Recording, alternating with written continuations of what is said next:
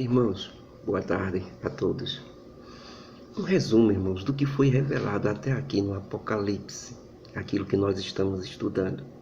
Todos que aceitaram Jesus Cristo como Salvador estão nas bênçãos do grande banquete e comemoração nos céus. Enquanto isso, na terra, o povo de Israel está a ponto de ser aniquilado pelas nações comandadas pelo Anticristo.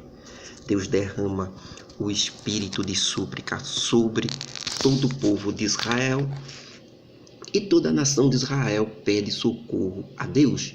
Deus interrompe a comemoração nos céus e diz a Jesus Cristo que chegou a hora. Por quê? Porque Jesus Cristo reúne a sua igreja, os anjos com ele, com grande poder e grande glória, ele desce até Jerusalém no Monte das Oliveiras. E a nação de Israel, passa a ver Jesus Cristo agora.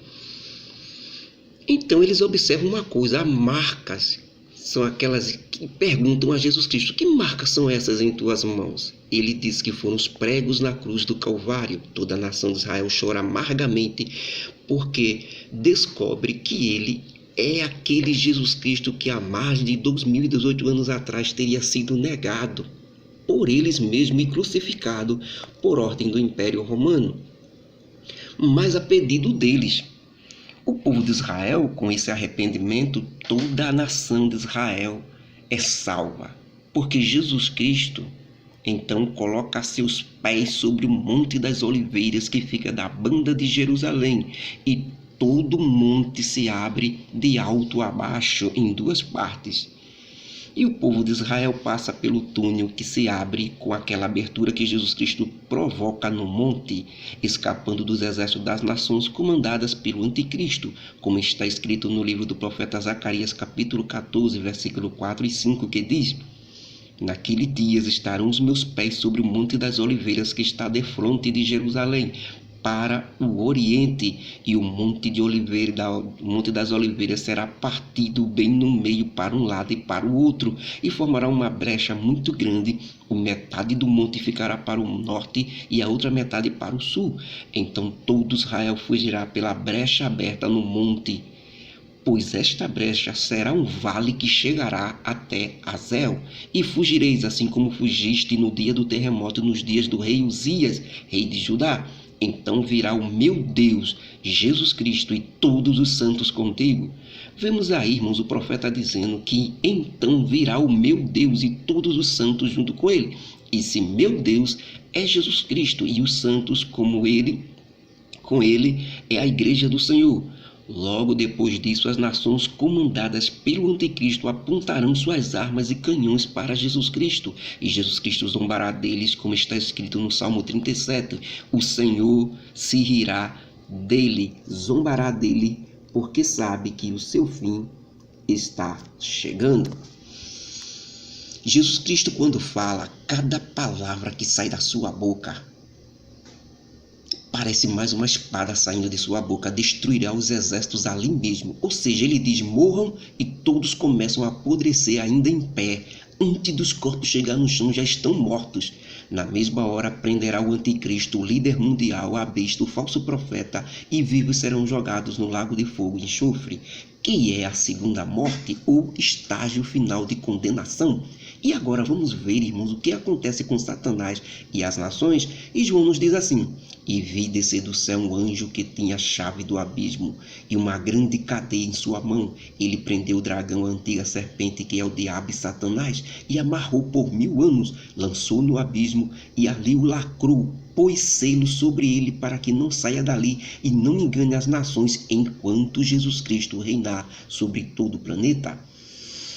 E vi tronos, e assentaram-se sobre eles, e foi-lhe dado o poder de julgar. E vi as almas daqueles que foram degolados, porque não negaram que eram de Jesus Cristo, bem diante do Anticristo e das autoridades, tudo isso cumprindo a palavra de Deus.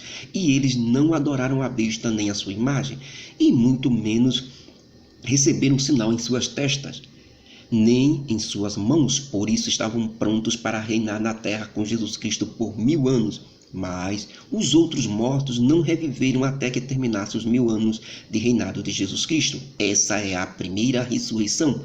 E eu, João, digo: Mais do que feliz é aquele que faz parte da primeira ressurreição, porque a segunda morte não terá poder sobre eles, mas serão sacerdotes de Deus e de Cristo e reinarão com ele durante 1000 anos. Então, irmãos, vamos a um resumo especial. João disse que vê descer do céu um anjo que tinha a chave do abismo. Lá no começo, em uma das pragas, nós vemos Satanás abrindo o abismo para a saída dos piores demônios. Agora, nem mais essa chave ele tem.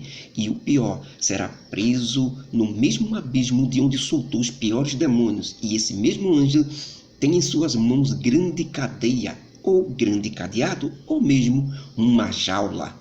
Nesse anjo prende o dragão, a antiga serpente, o diabo mesmo.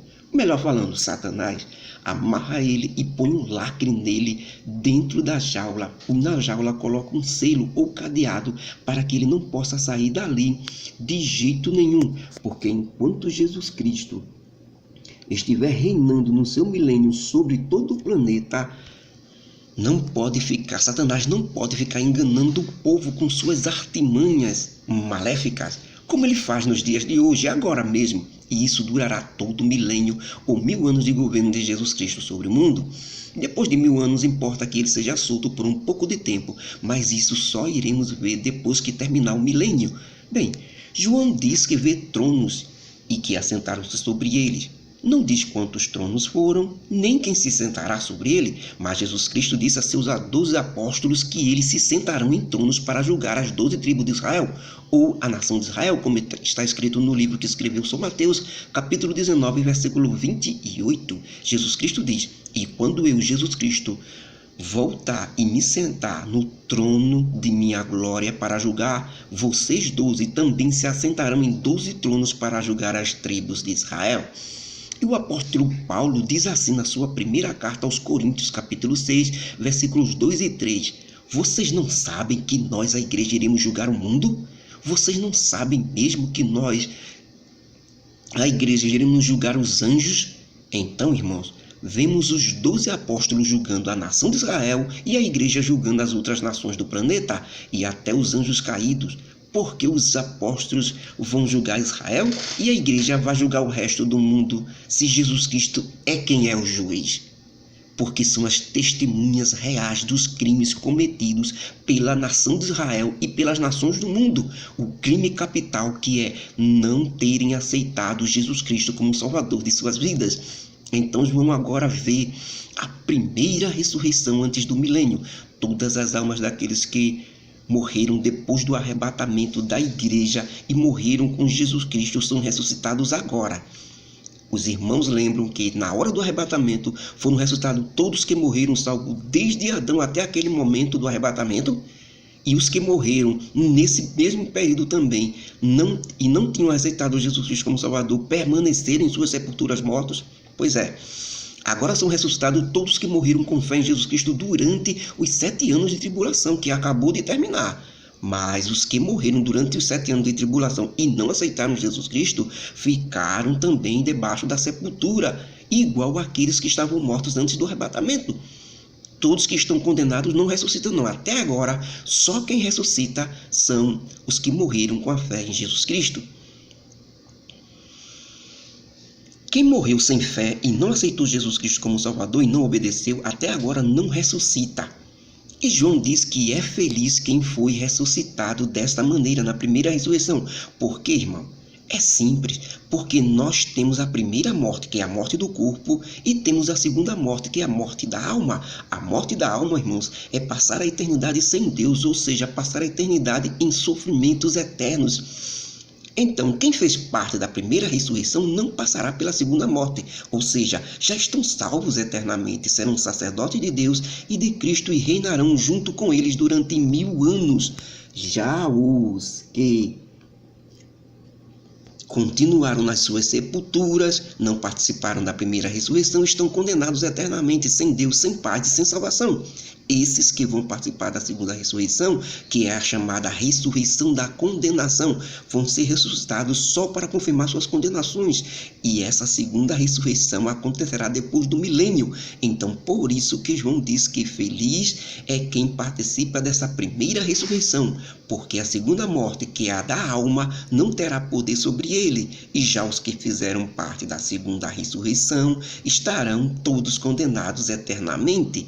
Pena, irmãos, que não deu tempo de entrar no julgamento das nações, mas amanhã nós poderemos ver o julgamento das nações. Apocalipse capítulo 20, versículos 1 até o 6. Que Deus nos abençoe.